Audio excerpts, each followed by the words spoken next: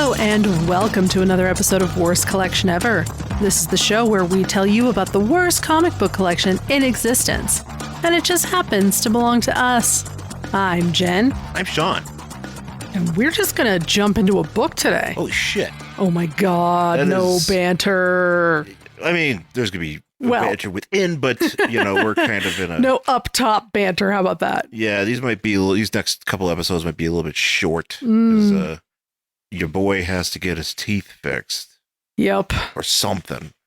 So there's some mouth stuff happening. But not that mouth stuff. Not that mouth stuff, but mouth stuff. Mouth stuff. So we're going to... Not the fun kind of mouth stuff. Excuse me, can I get the fun kind, please? Excuse me, I would like to put in an order for one fun mouth thing.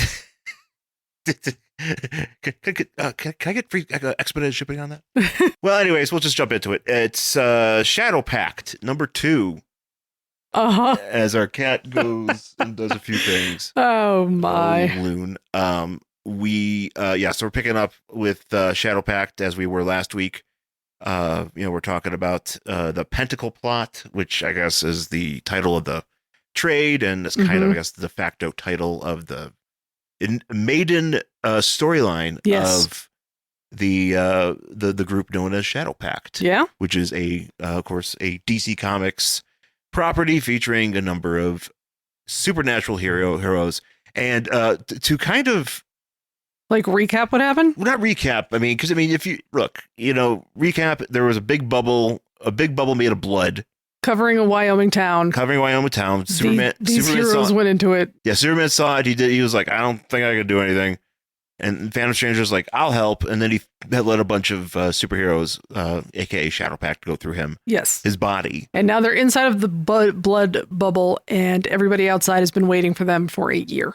For a year, but it's only been a few days. It's only like a short amount of time. Yeah, time is not working the same in this bubble. And anyway, we'll get to all that. But the thing I wanted to point out was because I was reading a description and for last week's show, and I was trying to figure out because I was going to be like, Shadowpact is just Justice League Dark with the alcoholic chimp, recovering alcoholic chimp. But as it turns out, not really. No, because Detective Chimp is also in Justice League Dark. That is correct. He is. He is a member of that group as well, or has been in the past, or whatever. Apparently, Wonder Woman's a part of it too, or was. Why? I don't know. I was confused as you. I could obviously go back and find out, but maybe she's just having a little goth phase or something. We all go through it. I don't know. Maybe she was like channeling the magic of like the gods or whatever. Well, I like to be like Hera, Athena. Yeah, I like to imagine she was in, the JLA. And she's just dressed like Nancy from The Craft. Yeah, and she's just like, you know what? Screw you guys. I'm going to go listen to The Cure, guys. I'm going to listen to Cure. I'm going to go find Constantine and, Swamp Thing. Get down to fucking. Detective Chimp. What? Yeah, get down to fucking. Oh, wait, she fucked Constantine? If you're going to go through goth phase, you might as well. Oh, okay, cool. Cool. I did not know there was a one-off black label where she... There's not actually. I'm just saying, if you're going to go the whole way, go the whole way. Yeah, going all the way, the Wonder Woman 93. Yeah, pretty much. But anyways, that does not happen in this book. This is Shadowpact number 2 from August 2006. Here's the cover. It's kind of just a nice collage of heroes and villains fighting. There's a lot of stuff going on. We kind of get to see the pairings because because apparently it's like each hero, as we will call them, has like a counterpart villain that is somewhat similar to them on the opposing team. Yes. There are too many people in this book. Yeah, it's quite a bit. I feel like we probably could have done 3 each. That probably would have helped. Because we got like 1, 2, 3. We got 6 on each team. 6 on each team. So it's 12 people. I think you could have cut it. You could have dropped 2 of them. I agree. Like I don't know this team well enough to decide who should and should not be there. Yeah. But Blue Devil maybe. Well, I feel like we're trying to set something up with Blue Devil, but I think we'll talk about that as we get in there. So, but the cover is just a collage of them all fighting. I do like Ragman throttling Bagman. Is his name Bagman? It's Bagman, yeah. Oh, I thought he had a different name for some reason. I mean, he doesn't seem like a Bagman. He's just gooey, man. Yeah, that's what I mean. That's why I didn't realize that his name was Bagman, because he really does seem like he's like Gak. Yeah. Where he's like slime. Yeah, The kids love the slime. That's what he is. He's like sentient slime. Yes, he's a sentient. Really gross. It's gross, and but I also enjoy this carnival. So Carnival I will have to tell you, because I did not realize it until later on in the book, but he is dressed like a Boy Scout. Oh yes. Why? Why? I don't know. I didn't realize it, because I just thought he had like a little like a capey thing, yeah. And then later on, I'm like, oh no, that's a Boy Scout outfit. Oh no, on a grown man. Supposedly, he looks like a small. Maybe he's a teenager. Maybe he's got the Webster syndrome. Oh, that could be. You know, but I enjoy this thing of him where he's got a knife and he's trying to stab Detective Chimp, and it looks like he's about to like scoop out Detective Chimp's eye. Yeah, go for it. I mean, like he's not, but it just looks really looks really graphic. So we pick up outside, because I feel like all these books thus far start with Phantom Stranger kind of being like, here's the story so far, you know? Yeah. So he's got something to say, and we pick up outside where he is he's just letting us say, he's recapping it for us. Yeah. You know, he's telling us, it's like, well, you know, a bunch of, there's this blood barrier and a bunch of mystical people tried to do something. I couldn't do something. I almost got killed. By the way, I almost died. And now he's out there with Witchfire, who I am not familiar with. I thought I looked her up. It's confusing because there's also a Witchfire in Alpha Flight. Or maybe I'm thinking about a different witch. Maybe it's different witch something. I thought and probably because a year has passed, but last time we saw her, she was just like in a t-shirt. No, that was a different person. Who was that? Oh, no, it doesn't matter. I anyway, forgot what her name was. Because there was also a dog there. The talking dog. The dog's here. Yeah. The dog is still there. Dog's hanging out. Dog's talking. Dog's like, yeah, I'm getting pets. He's very excited. He's a good boy. He kind of looks like Cody Rhodes' dog. He does. He looks like Pharaoh. He does look like Pharaoh. Yeah, he's a good analogy there. But so as it turns out, so we're outside of this bubble, and they've set up a nice little camp here. Oh yeah, they got a tent and everything. It does actually look really nice and cozy. I mean, I know there's imminent evil on the other side of the blood bubble. Yeah, but it's not coming out of the bubble. It's fine right now. I mean, it's been there, just hanging out, and you've got this nice little spot. Also, apparently, too, Phantom Stranger says that when he attempted to get through there, it almost killed him, and it leveled the forest for miles around. Yes. Some serious shit's going down in here. It's been a year. We're waiting outside, but inside the bubble, we pick up with Nightshade and Sister Shadow. Yes, because we ended the last book with these two fighting. Yeah. And What's-Her-Face turns into a Sister Shadow, I think it is. Sister Shadow turns into a gorilla. Into a big gorilla. And so Nightshade apparently takes her eyes out. She did take her eyes out. Yeah, because you see them, they're like running down the gorilla's face. Kind of gross. Yeah. And I'm like, oh, that's graphic. But she's like, oh, don't worry. I'll turn into like a dragon and then I'll have eyes again. And I was like, Yeah. I have to say. Let's have some stakes. No eyes. Yeah, I know. What if she's like, oh, I can't I can't regenerate my eyeball. We were watching Logan recently, and there's that scene where that Wolverine clone fights, Logan on that farm. Yeah, and Wolverine, he gets defeated for the time being. Yeah, part of his face is blown off. He's got shot in the face, and they're regenerating him, and he's missing the eyeball. But then the eyeball starts growing back. I know, it's so gross. It's gnarly. Yeah, it's kind of gnarly. That's a good movie. It's a great movie. It's a lot of fun, actually. I'm surprised that Nightshade, the way that her costume is and everything, I'm surprised she's not more over. I feel like this would be like a good cosplay thing. Well, I feel like it's a good entry into cosplay because it's very simple, but I don't know how often she shows up. Well, I read up on her, so she's kind of like originally comes from like the Charlton stuff. So like the Blue Beetle, the Question, like all that. And she was in Suicide. She's mostly associated with Suicide Squad as well. Okay. So there was a period where she was in Suicide Squad a lot. I think same was in Enchantress, like the actual DC version, like the comics version of it. Yeah. So she shows up a lot, but I mean, it's not like they put her in any of the movies. Well, of course. The Suicide Squad movies. They could have. Yes, but they had to put it in Enchantress because she had to do the weird dance. Well, I would say, but even like the James Gunn one, like she didn't even show up in that one. Didn't Weasel show up in that one? Yeah, he dies, but then no, he's alive at the end. He's alive at the end. Who dies in like the very beginning of that movie? It was like Pete Davidson. He plays something. He plays somebody. There's a few. We only saw that movie once. Yeah. Anyway. There's a few. Actually, I probably should watch that again because I did like that one. Yeah, I enjoyed it too. Yeah, that one's not bad. Yeah. I feel like we did. Did we ever talk about that on the show? Because it was around when we were doing it. Same thing with Logan. I was like, did we ever talk about these movies? I don't know. Oh, interesting. Don't know. Can't tell you. So she turns into Sister Shadow turns into a dragon, and Nightshade turns into. Well, she doesn't turn anything yet. She's not turning into anything yet. I feel like if it was easier, like these battles could just go in sequential order. We kind of cut back and forth. Yeah. So one of my least favorite tropes is the jump back and forth. You get a panel on somebody else, and then you got to go over here and do something else. It is one of my least favorite things in comics. Yeah. I'm like, can you just tell me what's happening? Jack of Fire, your favorite. Yeah. And sister, no, just Strega. Is it Strega? Strega, yeah.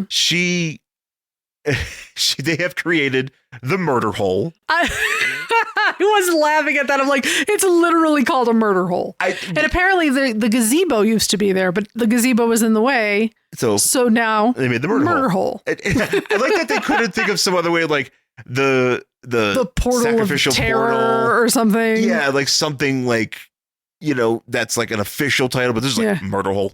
Yeah, well, that's what it is. Yeah, Strega feels the presence of the Shadowpact, and she tells Jack of Fire to go and get the team together and find these motherfuckers. Yes, but don't kill them.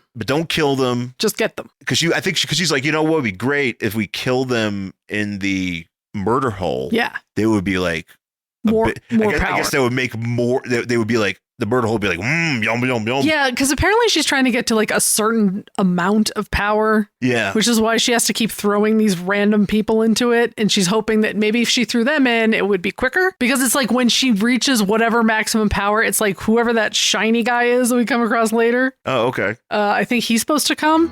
Yeah. I don't know. He's only on one page. Imagine a podcast that celebrates the things we love. Why spend time being so angry and cynical about our fandoms? Join me, the irredeemable Shag, for a show where we're just trying to be happy. The Once Upon a Geek podcast. Our discussions focus on a variety of geeky subjects that we're passionate about. While the topics will be ever-changing, our focus will be on science fiction, comic books, what it means to be a geek in this world, and other nostalgia-fueled ideas. Life is short. Focus on the positive. Find your joy. The Once Upon a Geek podcast, part of the Fire and Water Podcast Network. The monkey and Blue Devil are walking around. The monkey goes, I can't call the monkey. Detective Chimp goes off, and this is where the Boy Scout peers at him. But now we cut back to the shadow fight. Yeah, and now she creates a big, what is that thing? Well, she becomes a djinn. Or like a genie. Does she become it or does she create it? Oh, she creates it. I'm sorry. Yeah, so she becomes like a djinn and they start fighting. Yeah, so it's Djinn v Dragon. That sounds fun. Yeah. I like that. Yeah, I like that. Yeah. And so, because they're also because Nightshade went off and she got, into this altercation with Sister Shadow. So the other people are going off to look for her, but also going off to do other stuff. So they come around her, but we get Ragman, who's like, he's on his own, and this is where Bagman finds him. Yes. And Bagman just, Bagman, he just eats him. Yeah, he just starts gooing on top of him. Yeah, and then he's like, well, here, I put you inside of my body, and you will suffocate. And you can see him through the body. It's weird. Yeah, because he's jelly. He's a jelly guy, so you can just see what's inside of him. I do like just the question mark that what's his face? Ragman. Ragman's just saying it. He's like, question mark? Yeah. I'm inside this body? Yeah. And he is suffocating him, but I mean, I don't know if Ragman's suit, like the soles of his suit that are or in his rags. Yeah. Oh, I don't know. Each of those rags represents a soul. Right. Of a criminal. I guess. Yeah. I don't know. But I don't know how that gives him power. Yeah, sure. I don't know. It does say that in either in this one or the next one. I don't remember. Right. So I'm wondering if that's not letting him die within seconds or, within a reasonable amount of time to suffocate somebody while they're inside of a jelly man. Yeah. So it's very intense.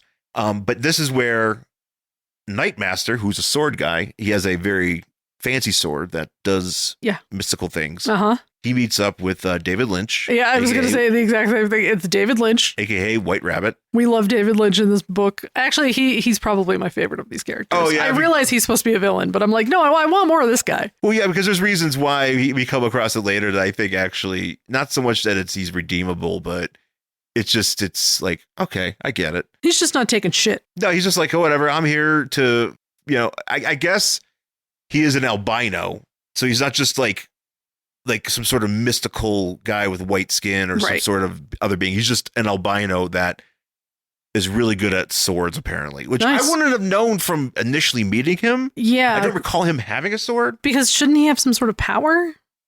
Well, I guess his sword, as we find out, has some sort of power. Oh, maybe. Okay.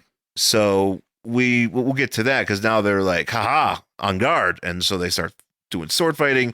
And this is now we catch up with Blue Devil, and he finally is like, here's my match. This is Jack of Fire. Jack of Fire. Well, apparently, Jack of Fire is saying that Blue Devil is his brother. Right. And that the reason he is the Jack of Fire is a devil is because when Blue Devil made apparently a deal, he cursed his entire family. He made a deal including his dead parents. Right. Who also became devils in the grave. Or something. And like something happened to his sister, but Blue Devil doesn't remember any of this. No, it's kind of, I think he's just like, you're my brother because we both have horns. Well, I mean, this is why I think we're setting something up for like the next couple of issues about like maybe Blue Devil discovering his, remembering his family or whatever nonsense. Yeah, it's weird. But I do enjoy, because I don't, again, some of the stuff with Blue Devil, like I forget that he apparently, the reason why he ended up the way he was is because he wanted to become he was a stuntman that wanted to become a great actor, and he made a deal with a devil-like guy named Neron, and he fused that devil suit to him. Okay. So, and then now we got the Boy Scout finally getting the jump on Detective Chimp, which I call bullshit because he is just a boy man in a scout suit, and Detective Chimp is an actual chimp. Well, yes. I don't know if I could punch a monkey in the side of the head and knock it out. Yeah, no, I would never even attempt. Well, no, I'm saying, but like, I don't know. But no, I mean, like, I would be like, oh no, that's a monkey. And I would just like run the other way. He's like, you know what? I'm going to go help somebody else. Yeah, I'm going to go murder somebody else. Somebody I might have a chance against because he could rip a face. Yeah, no, it was just a thing. He kind of like, it kind of comes around later, but he's like, ripping faces. There should be more of like, he's like, oh, mother, you want a piece of me? I'm going to rip off your dick and your knee. Yeah. I'm going to rip off the patella. Then I'm going to rip out your throat. Yeah. I'm just going to grab random parts, like your operation. Start ripping. Yeah, just tugging. Get tugging, like I said last week. Get tugging. We cut from there to the shadow fight again. And Nightshade is like, hey, I'm pretty good at this. You're not so good. And Sister Shadow does this weird thing where she, Nightshade's gloating at her and she's like, well, I'm going to turn to a snake and, suffocate you. Right. But she does it. And it's like, I don't know if it's mid transformation because like the lower half of her body is still sitting on the ground. Feet. Is that how that looks? Like, does she only change parts of her body? I think it's supposed to be mid transformation because it is very odd. It is odd. It's just kind of like, what if she's like, her lower torso's there and she's like, well, I just needed part of my body to turn into the shadow. Right. And I'll let the rest of it sit over there. Yeah. Or if she doesn't need that big of a shadow, just sends like a finger. It's like that lady in Beetlejuice who's sitting in the waiting room who's like, with in the legs half. Yeah. Yeah. It's like that. Yeah. Nice. Yeah. That I just noticed that and I'm like, whoa. Yeah. So back to the sword fight, which we don't get to see. It's a lot of the stuff is like we see certain fights, but we don't see the sword fight. Like we just kind of go back and they're like, man, this has been a great sword fight. You're really good. And it's like, well, I respect you because you're really good, or kind of. And then this is where what's his face? White Rabbit's like, hey, you need to get better at your sword skills because I have a power in my blade where if I cut you with it, which he cuts off a piece of, looks like a big hunk of meat. Yeah, because it's like if I cut you with this, you're gonna like fall asleep. So he does. So he has a sleeping sword. Nightmaster has some sort of, I think it's kind of like a, and I'm probably wrong because I don't know. I probably could look it up, but I feel like it's kind of a situation like Black Knight, where Black Knight has like an ebony blade. Oh, that's right. You know, it's some sort. It's a fancy sword. It does things. It does things. It has some sort of like soul. And now Bagman and Bragman and Ragman.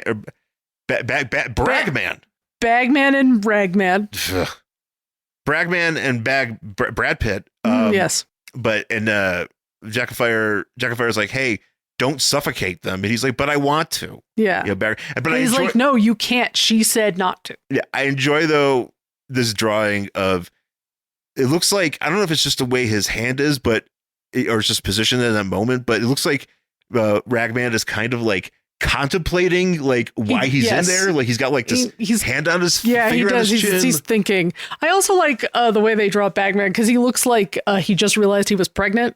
Yeah, right. I didn't know I was pregnant. It literally is. I didn't know I was pregnant, and the all of a sudden, version. Ooh, yes. Ooh, whoa. Yeah. No. And that's exactly what it is. He's like, oh my god, I'm all of a sudden 9 months pregnant, and then he like spits him up in a very disgusting drawing. Yeah, his whole mouth just like turns into like a faucet. He's like, yeah, it's really gross. Yeah. So he spits him out.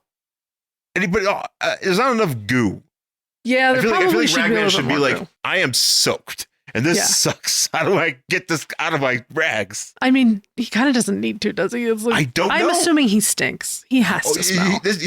He has to be the stinkiest hero in the universe, in the DCU. I'm gonna go with probably. I'm trying to think of somebody that would smell worse. Like Gorilla Grodd, like an actual, he's an actual gorilla ape, you know, or for some reason Jonah Hex comes to my mind because he could definitely stink because also Wild West and Wild West, you know, he doesn't seem like he's missing part of a face. That might be like a festering. Yeah, he's not really into hygiene, so to speak. Well, it's the Wild West. Nobody you know, he might take a bath like once a month. Ooh, gross. But Ragman by design is probably the smelliest, most BO hero. Oh. Yeah, it's disgusting. I mean, I might be if you're listening. Yeah, let us know, Ragman. Right into the show, Rory Ragman. Reagan, aka Ragman. If you're listening, let us know your level BO, and let us know. And it's too bad we don't have a sponsor that we can do like a soap thing, like Febreze. Febreze. use code Ragman. They literally, like, if Ragman's like supposed to be at the hideout, they literally need somebody like standing there Febrezing the fuck out of him before he's allowed to walk in the door. Yeah, that should have been like a number one thing. It's like, look, if you're going to join a group, you need to respect your other members by not smelling like the bottom of a dumpster. Ugh, rank ass. rank man. And now he's covered in goo. That doesn't help either. He's covered in digestive goo. That can't be good. No. There's a lot to talk about here. So again, murder hole. Yep, murder hole. We're back to the murder hole. So this is where Enchantress and Strega have a fight, and Strega's kind of giving Enchantress shit. She's like, "Oh, you haven't even been a witch that long. You're already looking like a whore." Yeah, right. Yeah, I do like that. Basically, what she says. Although, to Strega's, Strega's wearing a very cleavagey outfit as well. Well, I think that's the whole point. I think as you become a sorceress, you just look more cleavagey. Yeah, I guess so. You wear corsets and you got tits out. I mean, I guess that sounds fun. Enchantress has just got kind of like the corset thing going on with the titty meat, and it kind of looks like remember when January Jones played Emma Frost? Oh, really? Do you remember she was wearing like a corset thing? Am I remembering this incorrectly? It's been so long. I don't remember her that. I just remember she literally was in like 2 scenes. Only thing I remember about her is that just a scene where they're on that boat in the Arctic and they open up a porthole just to get ice out of like one of the glaciers that they pass by. Oh man, I don't remember that at all. I guess that. I mean, look, First Class is a good movie. I probably should watch it again. I think it'd be a lot of fun. Yeah. But January Jones is in that. She's not terrible, but I don't. No, but she's only in like 2 scenes. Yeah, she's barely in it. Yeah, she's barely in the movie. But I feel like she's wearing like a corsety. Well, that's that's what her, Emma Frost wears, you right? know. So that's kind of what she's wearing here. But Emma Frost ain't a sorcerer though. She's just Emma Frost is a like a telepath. Kind of like sorcery. Oh, okay, mind sorcery. Yeah. So they're having a fight. This is where apparently these are called annihilation stones that Enchantress is sending towards her. Yes. And Strego's like, this is bullshit. Right. But they're like little green bricks. Yeah, they are kind of they literally look like something Green Lantern would conjure. That in the first place, but also like they're little green, but there's nothing annihilation about them. Right. Well, because they literally look like a light construct. Yeah. They don't look heavy. They look, yeah. And I'm kind of like, oh, I mean, I guess. Strega turns Enchantress. She transformed her in a very disgustingly. Oh yes, this is really gross because she turns her into like a pimply monster. Well, she starts to like the transformation's happening, so she starts bubbling. Yeah. And starts like expanding, and then she turns into a potato man. You know, I mean, that's what it looks like. It looks like a potato with a mouth. Yeah, it looks like I'm trying to think. Like, kind of looks like something out of Star Wars, maybe. Yeah. Like I could see this at the cantina being like, Mom. Yeah, kind of like maybe a baby Jabba. Baby, yeah, like, it's in the Jabba tree. It's in the Hutt family. It's a he's Hutt adjacent. He's a cousin. Jabba the Hutt. Yeah, Jabba the Hutt. Distant cousin. He's way far away. He's in the outer reaches of the galaxy. You can't. Yeah. He's gonna come back. He's gonna show up in Mandalorian season 4 or whatever. Probably. Jesus. Be like, hey, Jesus. I'm here. I'm this potato looking monster. Let's fight, Mando. Mando's gonna be like, I gotta go give people money. He wants to see the inside of my wallet. Literally, all Mando does that like first season is just hand people just stacks of cash. Mando is he's a himbo. He's the biggest himbo. He's a himbo. We love him dearly, but my God, he is the most popular himbo. He's a simple boy. In today, these days, like it's pop culture. He's in the bubble. You know, he's definitely in the bubble. But I mean, he's got a helmet on, so I don't know if he realizes there's a bubble. But that's the problem. He thinks he doesn't realize there's a bubble, and then he just thinks it's like, well, everybody treats me great or is afraid of me because I'm a Mando. You know, I'm just gonna open my fucking wallet in the middle. I could just also do whatever. Kick a robot. I think I forgot which episode it is. It's the one where they go to that like space planet where like. Isn't Lizzo the queen in that one? No. I think it's a different one. It's where Christopher Lloyd is working. I thought that was the same one. Maybe it is the same one. But maybe it is the same episode. But they're on this planet it's him and what's her face? Is it not Ashoka? No, with the red hair. Damn it. Fuck. What's her name? Someone's yelling at her right now. Katie Sackhoff. I can't think of it. Whoever her character is, and I cannot remember which. I'm blanking on it. I am too. They go to like a droid bar and stuff, but there is a part where he's trying to they're trying to stop these robots from doing something, and these robots are just walking, or whatever. Or he's trying to like shut them down, and Mando is doing a thing where he's waving his hand in front of the face, right? And then he kicks it, but he does a thing too where he does that. It's not just so much he kicks it; he does the bully move where he goes up behind you in high school and he kicks the back of your knees so you fall. Yeah. Like he does that and it doesn't work, and it's really fucking. Or maybe I don't know. I don't think it does anything. It's really fucking funny. He's just because he's just not saying anything. Because he gets Mando. He doesn't say anything. He just like, you fucking robot. He's just like it's great. Yeah. So anyways, a potato woman. Mm-hmm. So she turns into a potato woman. It's a temporary thing, thankfully, for Lady, for Enchantress. And here is the, I guess, the big bad. Yeah, that's the sparkly, shiny guy that I think she's trying to like get through the death hole or whatever. Yeah, she's trying to max out her energy so he comes out. I don't know. I don't know who this guy is. Lord of Light. Sure. Or so. I don't know. I probably could. Again, the research that we do is nil. Yes. But he is just a Lord of Light. He's just a guy standing amongst a bunch of planets. Apparently. Yeah. It's really kind of freaky. So the crew's back together. The Pentacle crew is back together. Yes. And what's her face? Strega's like, hey, here's this like funky box. I need you to like put the shadow guys, put the Shadowpact in this box. Mm-hmm. I guess up to this point, they haven't killed anybody yet. Right. I thought they were already doing it. I think they're just constructing the murder hole. Oh, that's right, because the whole murder hole hasn't been rigged. Okay, yes. That makes sense. Yeah, so you now... You can't just throw somebody half-assed into a half-assed murder hole. So now it's like, time to start killing. So they go and go to a house. This is sad, because I guess they are coming for a girl. Yeah. Like a little girl. And so the guy who answers the door is like, I'm assuming like her grandfather or something. It was a grand because he says, I'm her granddad. He's wearing a shirt that says, dang it. Yeah. And he's like, hey, so I'm her grandfather and I've lived a long life and I would like to put myself in her place. And they're like, nope, it has to be her. But that doesn't make any sense because like in the other issue, they were just like, hey, if you resist in any way, we'll kill your family. Yeah, that's what I don't get. I'm like, well, you're going to kill them all anyway. Why does it matter? Well, because this is where Sister Shadow's like, well, if we don't do this the way we're supposed to do it, we're going to send like Carnival out. He's going to kill like everybody in your family and everybody. But then we still need to kill this one girl first. But why? Because that's not what you said in the first book. It doesn't make sense. Yeah, it doesn't make sense because I'm just like, just let her. Okay, cool. You're going to throw the girl in there eventually. They go about that and they're wondering where Carnival is. But Carnival is about to torture Detective Chimp. Yes. Because the Carnival is, I guess. He's like a fucking sadist. He's a sadist. He's like there's something about Kevin, or we need to talk about Kevin kind of kid.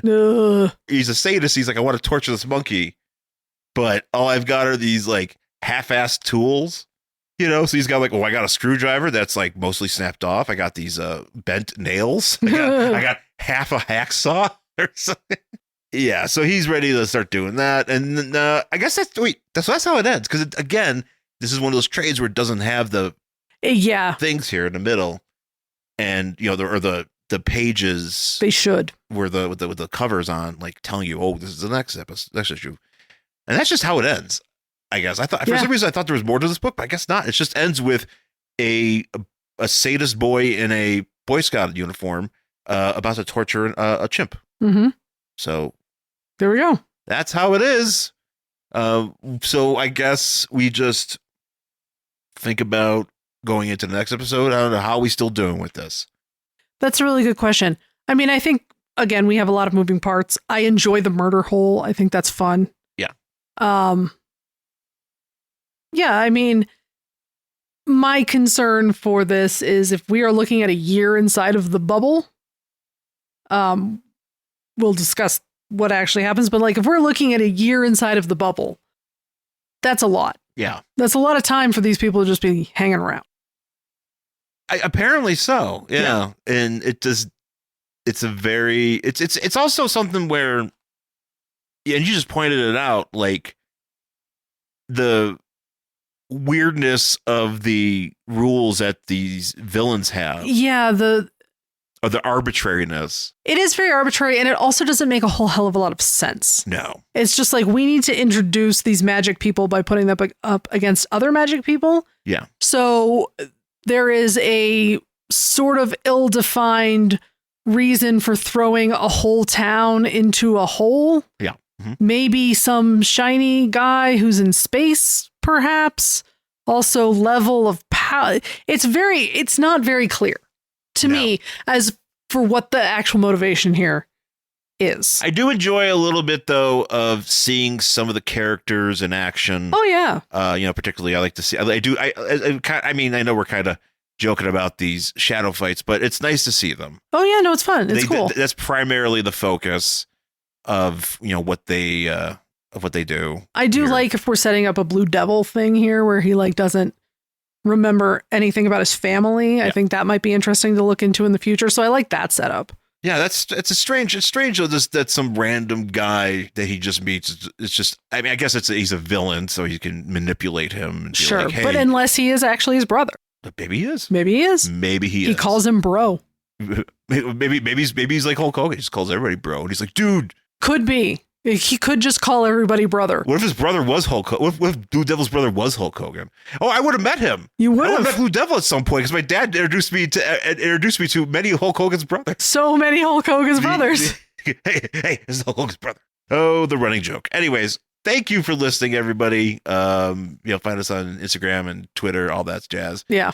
And also, please rate and review the podcast on Apple Podcasts, Spotify, and just about every other podcast service you have. If we're not on one that you like to use, let us know. And also YouTube, Angry Hero 79. That's where you find the YouTube playlist. You might even just search Worst Collection Ever podcast. Oh, I'm sure it'll come up. That'll probably be more specific, and you probably can get to it that way. So that way you can see you don't see us, but you get to listen to the podcast. Before. Yeah, so don't worry. Don't worry. But anyways, thanks for listening, folks, and we'll talk to you again soon. Bye.